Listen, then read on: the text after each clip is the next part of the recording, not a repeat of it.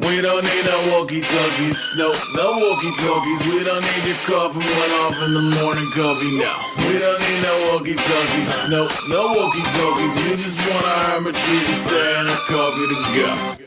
And the last shall be first to immerse in a passed out heat, facing about with a moxie now till he woke up drowning in tchotchke hell. War in a cave with a torch on a wall and a window arrangement of porcelain dolls on a brand new day. Saw what he saw, property owners scrawled on the wall with a bad toupee in a face like the author of the law. Face like mourning a loss, right hand on a can of worms, left full of gold he would trade for turf. I mean that's okay, you gotta answer to you at the end of my little day. But a model of mercy and might no way, marionette will clap and obey. Dude, look, all that noise, call that flight of the water boys.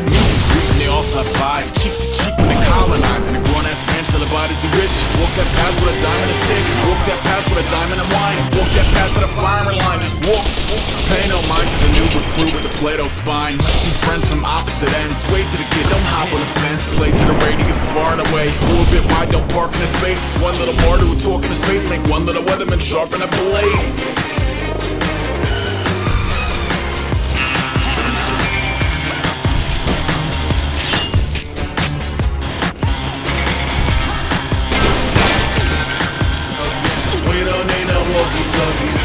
No walkie-talkies. We don't need your call from 1 off in the morning coffee, no. We don't need no walkie-talkies, no walkie-talkies. We just want our hermitry to stay and a coffee to go. And the last shall be first to the curb with the mad cow meat, facing the bars of a regular cell when he woke up high in collectible hell. Boomtown kid, he was taught by the pins that a man who expired with the most shit win. That's warpy American nonsense penned by the rich, not a routine framed in a pinch. Still not used to the statue it throws up, otherwise loose to the vents.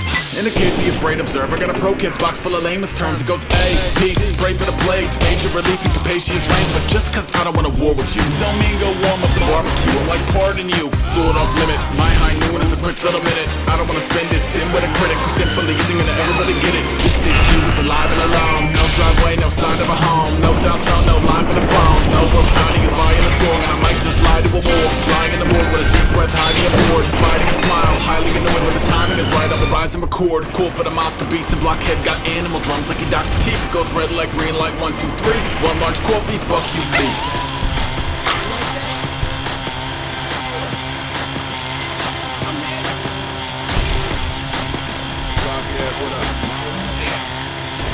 Get up off your couch.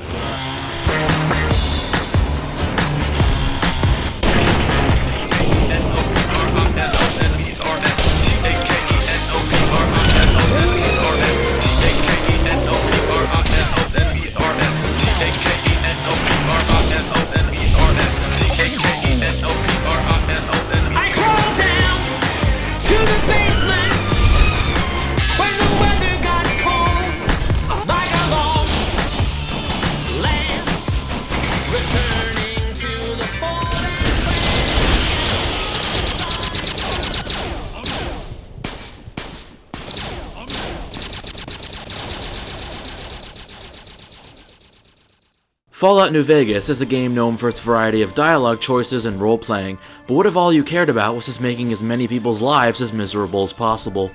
Yeah, this game lets you be a real asshole, in and out of dialogue, so much so that it begs the question, can you beat Fallout New Vegas by choosing negative dialogue? This run was inspired by This Is Ketchu's Fallout 3 run, which has a similar concept. Go check him out if you haven't already, he makes really good stuff. Like This Is Ketchu's run, I must choose the most negative dialogue option at the start of every conversation. After that, I can choose any other option, although I'll be obviously leaning towards more negative ones. If another negative option comes up in the middle of a conversation, I have to choose that one as well. And by negative, I mean either the most mean-spirited one, or the one with the most negative outcome. Dialogue options to repair my items or buy things don't count. I'll be playing on very hard difficulty with hardcore mode enabled at all times, and no companions are allowed. Now, with all that out of the way, let's get started. I start the run in Doc Mitchell's house so I don't break the progression of the main quest. If you recall, Durlots has around 5 or 6 in every special and has distributed his skill points evenly, so he's basically a jack of all trades, master of shit. I go in the saloon, but the only remotely negative thing I can say is goodbye, so I say goodbye to Sunny and her dog's lives. Leaving and going back in summons Joe Cobb and Trudy, but there's nothing negative I can say to them except, you guessed it, goodbye. So I talk to Easy Pete, say goodbye once more, and take his advice. Keep your gun handy. Okay. I then go into Ringo's hideout, and since even the most asshole-ish option doesn't start a fight, I have to do it myself. Apparently, he got good at ricocheting his shots off the walls or something, but it doesn't matter as Alcid cleans him up quickly. As I leave the town, I make sure to fill Joe Cobb's guts with lead too, so even though they lost their patron saint of dynamite, at least there's nobody to tell the powder gangers to take over. I'm sure the two deeds will balance each other out. On the way to Prim, I warm up my trusty cowboy repeater on some powder gangers and show some convicts the power of the sun. Hello there.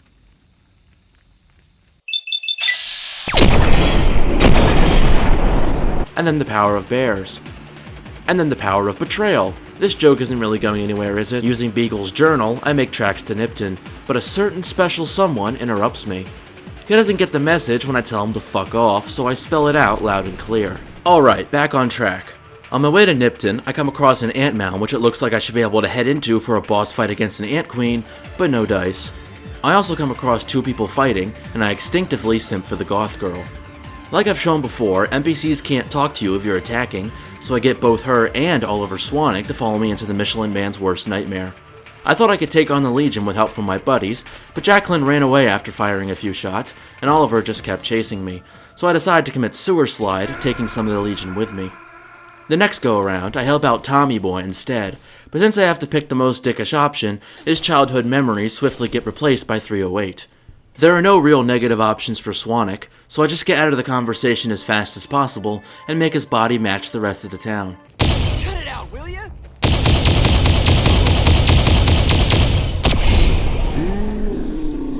I also shoot Boxcars, who says he has broken legs, but is still capable of trying to whoop my ass. Keyword, trying. After practicing euthanasia on some more powder gangers, I'm forced to say that Volpez's crimes are unforgivable, to which he taunts me into attacking him. I start off with the old dynamite grenade launcher combo, and then quite literally use the bear to kill the bull. I've never used the Ripper in New Vegas before, so this should be quite interesting. After turning some Vipers into red mist, I pick up Chopper, which I never end up using, and witness some unconventional tactics. I guess their deaths weren't completely in vain, as they broke my left arm. I then make Bruce Isaac think I'm a merc for Mr. Bishop, and kill him in his room slasher villain style, causing his head to pop off like a bottle of champagne. Speaking of slasher villains, the most negative option I can think of with Cliff is quashing his dreams of selling his souvenir collection. Well, there's T-Rex figurines, of course. We also have an assortment of the Repcon factory souvenirs. Guns? Well, yeah, I guess I might have a few.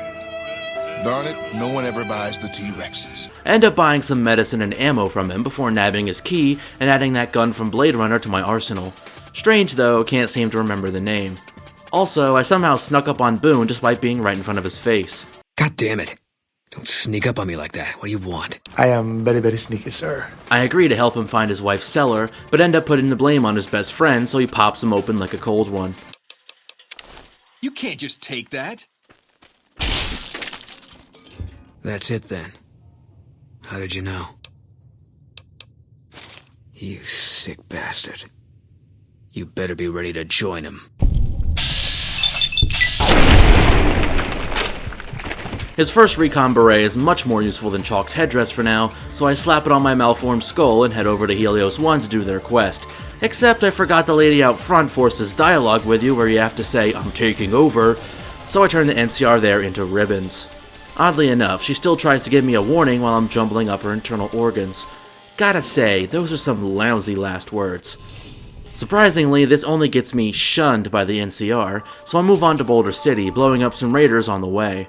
When I get there, Kowalski gets harassed by a scorpion no-clipping through the ground, and I clear out the rest of them so they get off his ass. And then I do this. Look out! What the fuck are you doing? My brother died at the Battle of Hoover Dam. You're desecrating a war memorial. Oh, now it's on.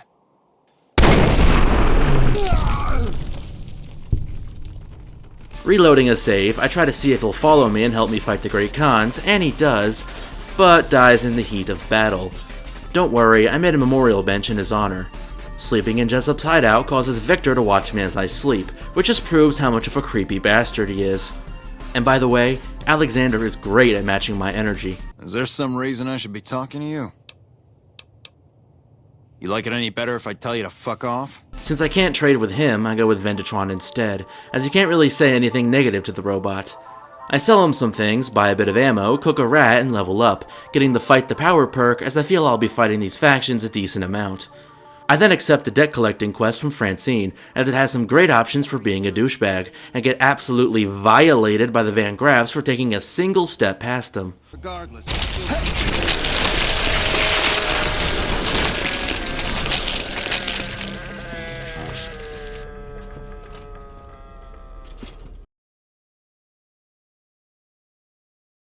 As revenge for erasing me from existence, I think you already know what I'm going to do to them. I'll steal it! No one will ever know! After dumping all the goodies into a dumpster, I sign up for a job as security guard since there are plenty of opportunities for assholery here. Most of them involve calling people drunk, which I didn't realize was a running gag in this quest until now. When it comes to the most shifty looking guy, I pick the option with the most negative outcome, aka letting him inside to blow the place to kingdom come. Once inside, Simon, the last member of the New Vegas Van Graffs, ends up wiping out the entire branch by attacking me. Not the smartest decision, I'd say, but it does work out in my favor, as I can loot even more weapons and tons of combat armor off their bodies, so money and armor won't be a problem for the rest of this run. Sorry, Simon wasn't the last member, the Silver Rush Crier is. Was. Talk about brand loyalty. I decide that while I'm in the area, I'll collect some debts to get enough money for the credit check. I run into a dilemma here. Which is worse, punching Grex or insulting his eye? I decide to go with option 2, which causes him to attack, and I swiftly smite him with the Wrath of God. That's it. No one insults the eye.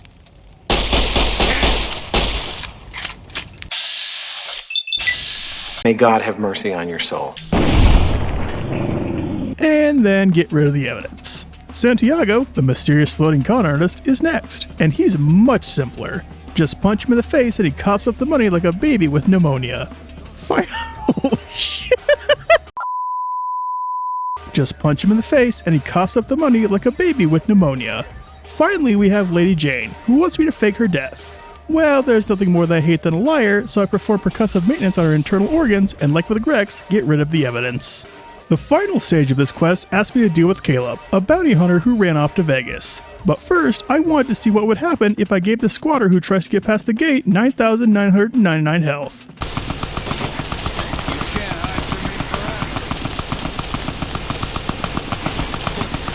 Once I make it onto the strip, I give him the private Kowalski treatment. Huh, so the Garretts sent you to track me down. What a joke.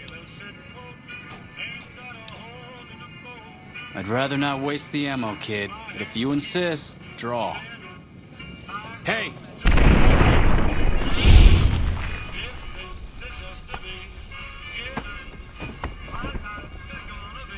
With that little venture out of the way, I head right back into the strip to get revenge on that checkered fuck.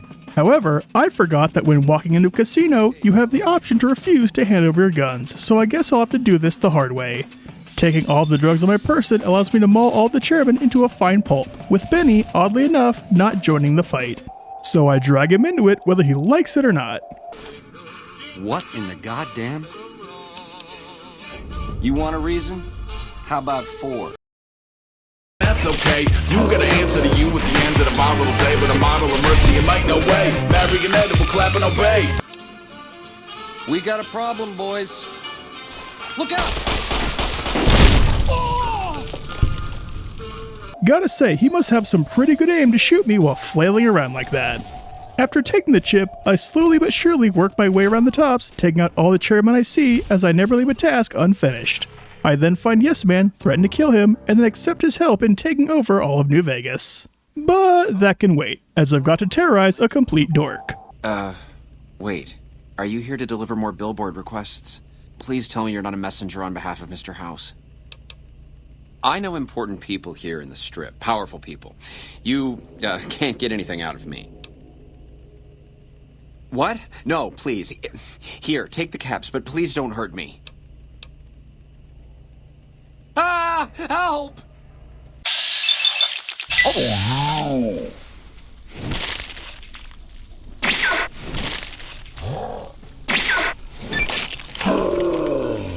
first on my list of trials to deal with is the white gloves, and since I have to refuse to hand over my weapons again, you know how this is gonna go.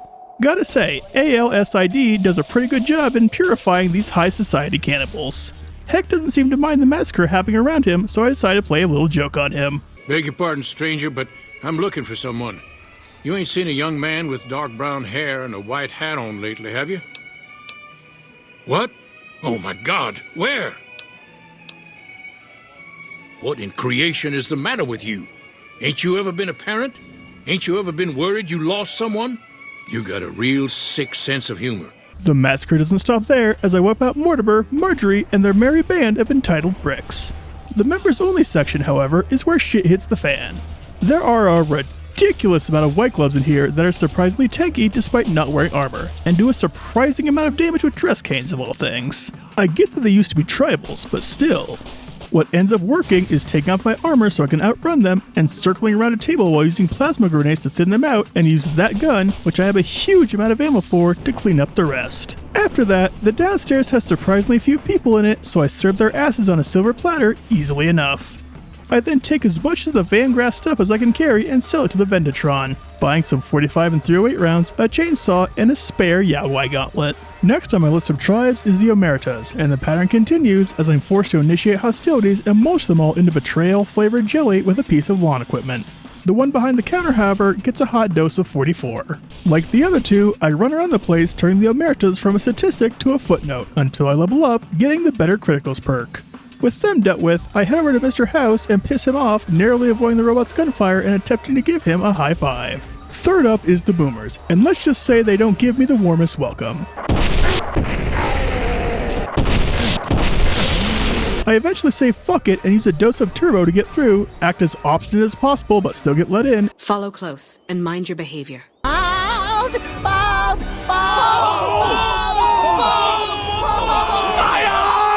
And be a complete dick to both Pete and Jack.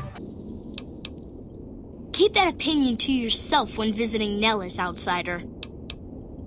For your information, our people had brought Geiger counters with them from the vault. The radiation levels here were within safe limits. I can see how you think that, since you don't know what you're talking about. I wish everyone were just as interested in our story as you are. You think I'm handsome? Then why did you make me spill my guts about it? You're an asshole. Since helping out the Boomers would require me to say something positive, I decide to wipe them off the face of the earth, starting with Pearl, whose back I try to scratch, although she doesn't seem to appreciate it much. I then use my chainsaw and hunting rifles to kill not just the men, but the women too, although not the children, because Bethesda doesn't want their games to be rated AO. I do switch it up a bit to give this Boomer a particularly ironic death though. With the ballistophile's dream of decomposing into sulfur that will one day be used to make gunpowder realized, I take all the 40mm grenade ammo from my grenade rifle, which I almost never use. Fourth up are the Great Khans, but before that, I accept a quest from Frank Weathers, making sure to mock his missing family in the process. Speaking of mocking, I go into Camp McCarran and make fun of Tennis Spade's stutter. Disclaimer, I have nothing against people with stutters, so do not go out and do this in real life. Never mind the fact I murdered at least 100 innocent people so far. On my way to the Khans, this fiend strikes an admittedly cool pose with a baseball bat as if he's the main character.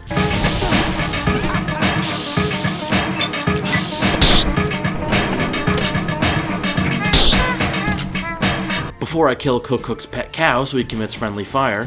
Heh, get it? Fire. Because he has a flamer. And I show him who the real psycho is by going full Leatherface. Some unnecessary sheep murder levels me up, where I get the strong back perk to carry more fun ways of making people go bye-bye. As for the Khans, we're not on speaking terms after Boulder City, so my dealings with them can be summed up as so. Here's one about the girl I love. Her hair stands tall, like the spiky bits on a deathclaw. Her eyes are bright as radioactive sludge, glowing with the light of love. But when I talk to her, she laughs and mocks and has her brothers beat me. Oh, why do nice girls hate me? That's it. What do you think? Whatever. I'm making sure. I end up getting a bunch of chems and food from them, as well as 2 new weapons, the trail carbine and hunting revolver, which will come in very handy when facing the Legion. But before that, I lead some NCR troopers into a ghoul ambush and take their 5.56 rounds for that gun. I also witness a ghoulified trooper using a service rifle, which I honestly didn't even know was possible. Before facing the Legion, I trade the rest of the Van Graff's stuff for some more meds and ammo, which I will dearly need. Oh, and I let Anders down from his pole. No, please! Don't leave me here! You see, entering Cottonwood Cove causes a Legion Explorer to force you into dialogue, where I have the option to attack them immediately, despite the fact I'm carrying the Mark of Kaisar that guarantees me safe passage. I know, it's dumb, but rules are rules. The Legion tear through my armor like paper mache held together by hot butter, and can take quite a beating before eating the dirt. To win, I have to constantly be on the move, taking cover and flanking them around corners, and using VATS as much as I can. And then I discover that one of them is a KSI fan. I'm in the thick of it, everybody knows. They know me where it snows, I skate in and they froze. Yeah, I think this justifies wiping the rest of them out. But first, I free the Weathers family, which seems like an uncharacteristically nice thing to do, except for the fact that I can use it to make the domestic abuser Frank Weathers commit sewer slide. What? Why won't you tell me? Did my wife put you up to this? What lies did she tell you?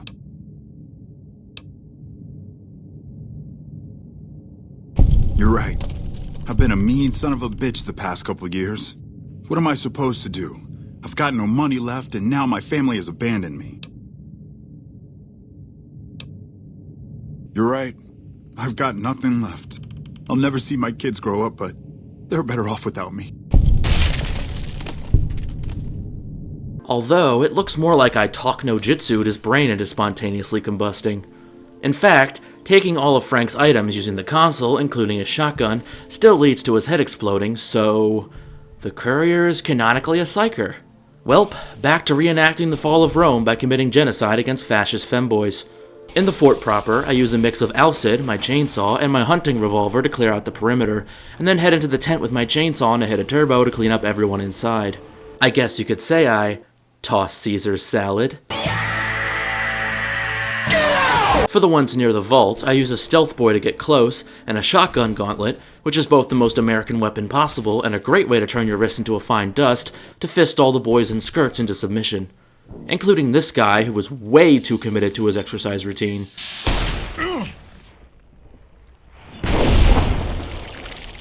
Luckily, the ones inside the station have a stroke and forget how to fight back, so they're easy enough to take down. The same can be said for the robots inside the vault, as while the turrets can pack a punch, they also can't move, making it easy to juke them out from behind cover. Before leaving the camp for good, I rip a little girl's teddy bear in half right in front of her face. I really am a bastard, aren't I?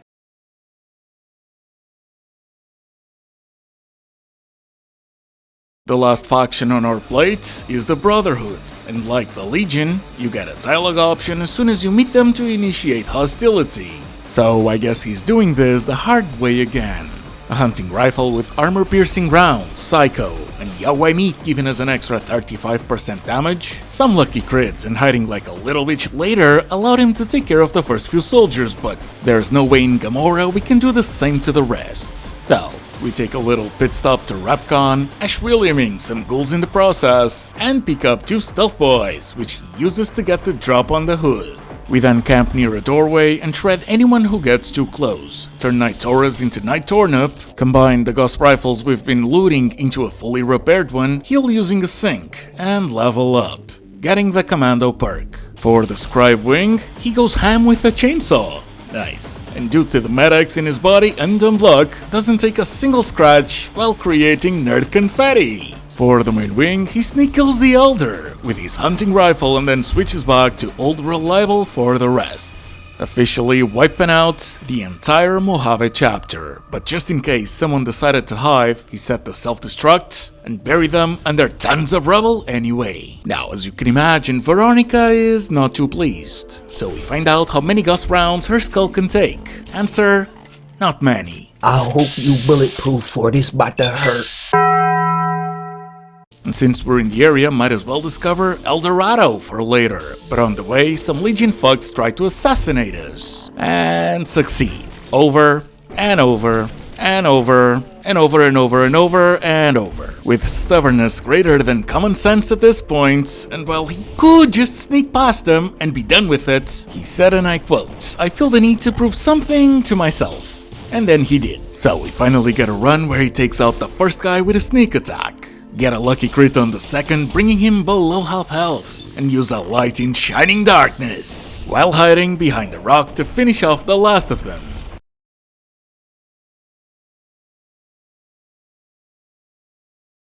Oddly enough, the NCR doesn't give a flying, swimming, or walking fuck about me infiltrating the substation, so I can start the battle for Hoover Dam without issues. Side note, I never got why the courier says the NCR hates them when they have a neutral reputation with them, but oh well. The Gauss rifle, combined with sneak criticals, is a monster, and with the ammo from the Brotherhood and Van Graffs, I can mop up the Legion easily. The NCR too, actually, as I'm required to start a fight with the heavy troopers guarding the control room. None of them really stand a chance against the Gauss rifle headshot and VATS, and I decide to blow up the dam, as it feels like the more negative option. The Legion soldiers with anti-material rifles would be scary if they, you know, sniped with them, and the ones with chainsaws I can back away from while firing into them. I pick up said anti-material rifles and combine them into one, which I use to pick off everyone in the Legate's camp. As for the Legate himself, I take every chem in my inventory and perform a sneak attack critical headshot that almost kills him, with a light shining in darkness acting as Joshua Graham's final act of vengeance from beyond the grave. Unfortunately for Lanius, the shot man doesn't have the same ring to it. I use the anti-mat, hunting, revolver, and steady to clean up the rest of the Legion, cower like a pussy as my robot army disintegrates the general, and beat Fallout New Vegas with only negative dialogue. Thanks for watching, and if you enjoyed the video, make sure to like, subscribe, share, or give me ideas for new challenges. If you didn't enjoy the video, leave a dislike and give me constructive criticism so I can improve. If you really enjoyed the video, consider donating to my Ko-Fi. You can choose between a one-time donation of $5 or $5 every month, which is about 16 cents a day.